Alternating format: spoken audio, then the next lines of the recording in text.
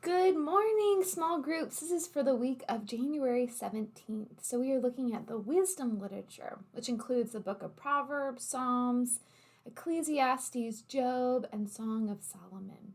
And so, I encourage you this week to think about what wisdom literature guides your life. I shared about the proverb that says, iron sharpens iron, but there are so many wonderful proverbs. For example, Proverbs chapter 9, verses 10 says, the fear of the Lord is the beginning of wisdom, and knowledge of the holy is understanding. It's talking about how fear is the beginning of that wisdom. A healthy fear, again, not the fear where we think God is going to come get us, but a fear that leads to respect and reverence. So, again, what are some of those proverbs that guide your life? I encourage you this week to read some of the Proverbs. Read for those nuggets of wisdom that you've maybe heard but didn't know that they came from the Bible. And how have you molded your life sometimes without even knowing that that's what you were molding your life around?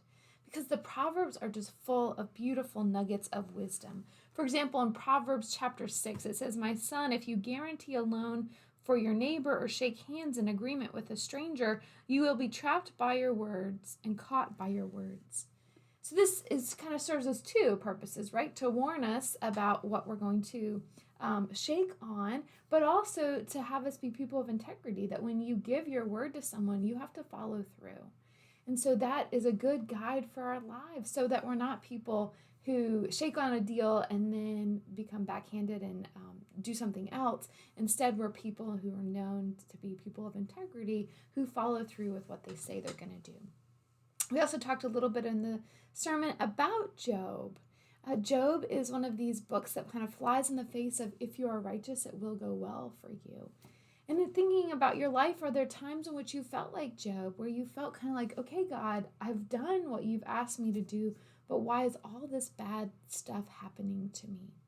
And Job kind of provides us, again, with that wisdom of, sometimes it's just a result of living in this world, and we're never going to get those answers that we seek in this world. We still should seek them, but we rely on God, even though we don't know exactly why something happened. And so I encourage you this week to, again, think about the wisdom literature, think about what guides your life, and think about the ways that the wisdom literature can add to your life. Think about, too, are there excuses that you've been making that God has been trying to kind of get in and kind of say, I want you to let this go so that I can get to know you more, and you can put me first. So again, just let the Holy Spirit come in. It's really hard, though, because we're really good at justifying our actions or our inactions. So just think and pray, are there things that God is asking you to reconsider so that God can know you deeper and you can know God's wisdom in deeper ways? All right, friends, I hope you have a wonderful week. And as always, I'm here for prayer concerns, just to help guide you as well as we together seek the Lord. Have a wonderful week.